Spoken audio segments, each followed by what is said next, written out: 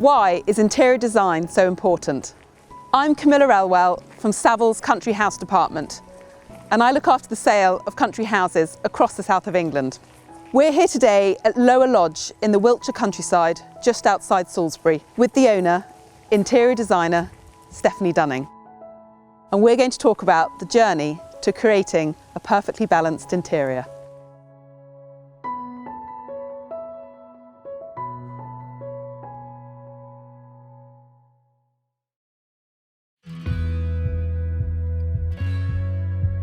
Hi Stephanie, thank you so much for inviting us into your home today. Would you be able to tell us a little bit more about your passion for interior design and where it all began? Absolutely. Well, we've actually come into the barn, which is a dual purpose room.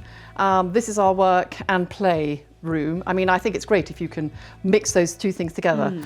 I suppose my passion for interior design was unconscious because I'm medically trained. I was at St Thomas's in the Westminster, and then I had a child, and I made some curtains, and somebody wanted them, and then somebody wanted more, and it grew from there. So tell me a little bit more about this space. It's clearly a former barn, and tell me how it works for you and your family.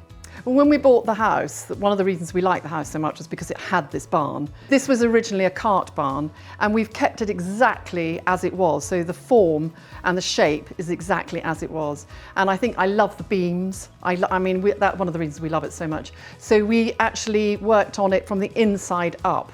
We didn't take the roof off, we kept the roof, it was sound, and we've boarded around, which I really like, and we've kept all the beams as they were. And you can see some of them are very old and original, and some of them are newer, but I think that's what's so nice. And it does double up as our work play building.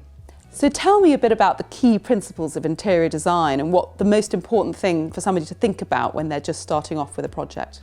I believe the very first thing you need to do when you start a project is to get the floor plan right.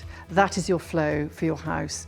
You want to get the doors in the right position from your hallway going into the rooms, and if you do it right from the get-go, it gives you that perfect flow. And it's quite strange when you go into a house and the flow is perfect, you don't notice it. It's only when it's not right that you do.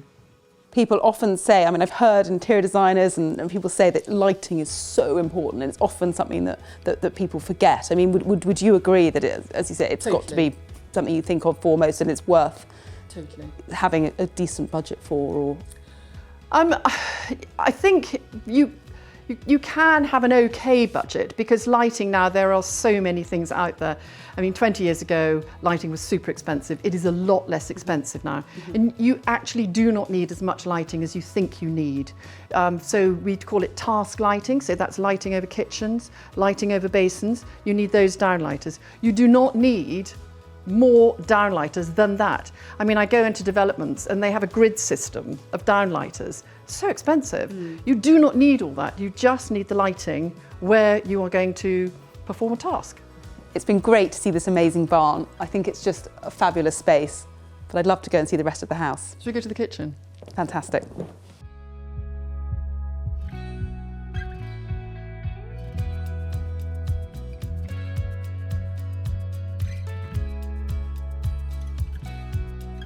The kitchen these days is clearly the heart of family life.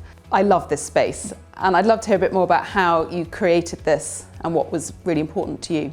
Oh, thank you, Camilla. We added this conservatory because we didn't actually have enough space without it, and we added a solid roof because we're facing south, and so we still get lots of light. But I love the joinery, so I haven't put Roman blinds up because I like to see that. And joinery is so important in a house. I mean, the kitchen here was made by my husband, and the units over there, which I absolutely love. And I also think when you're doing a project, having really good high-end joinery properly made, I don't mean a bit of MDF sort of sawn on site and then put up. I don't mean that, but really properly made in a workshop makes such a difference and really elevates a house.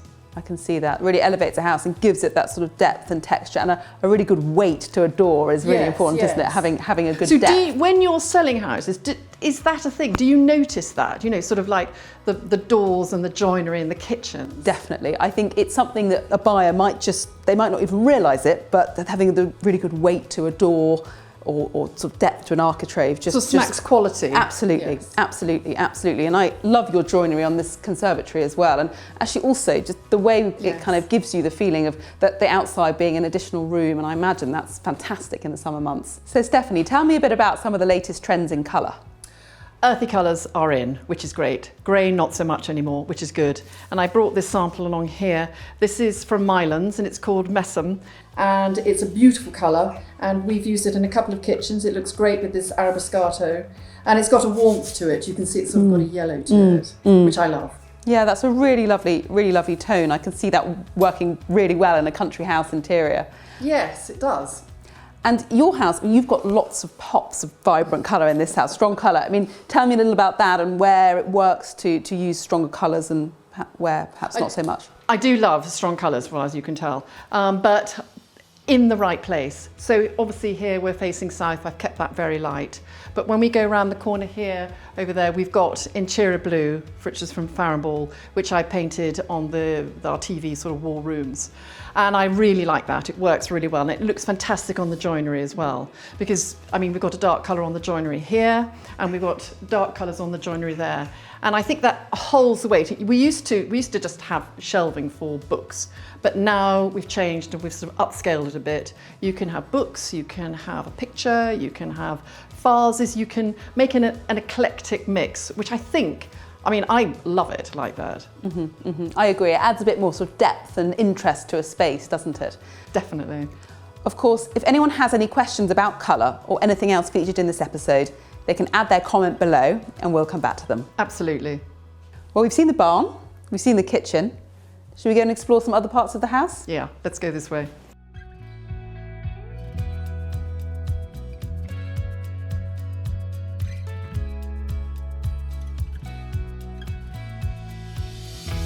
When we're selling a country house, we often find that buyers are looking for that character and that history of a building and the sort of lifestyle element.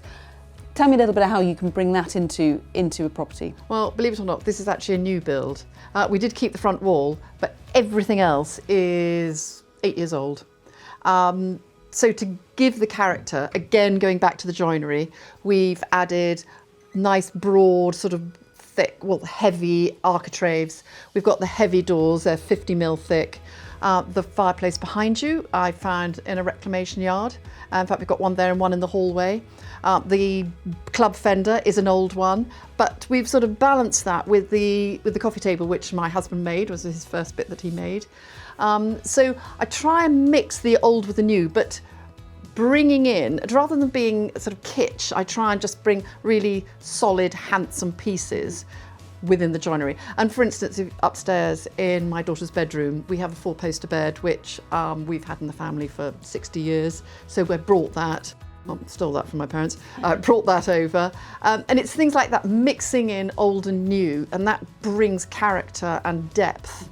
The picture of the cranes over there, artwork, those layers, bringing in the layers or layering it up. And it's 4 or 5 things, including the lighting and you know, then down to the cushions, which are a bit of textile.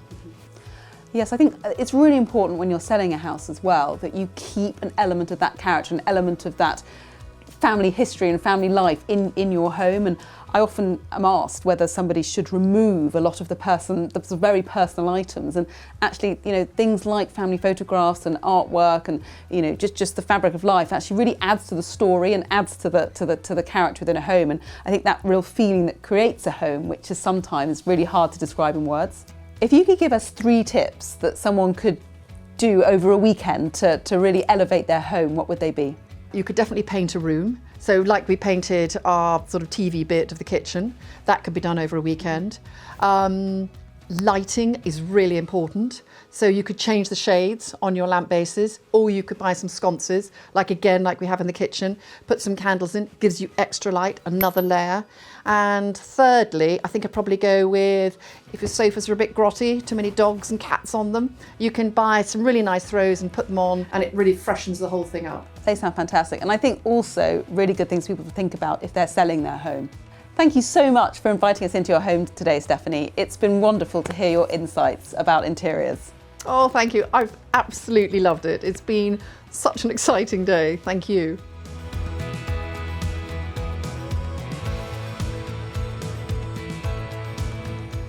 Thank you so much for joining us at Lower Lodge today. If you've enjoyed this video, don't forget to subscribe and take a look at our portfolio website for more tips and insights into the property market. We look forward to you joining us in future episodes.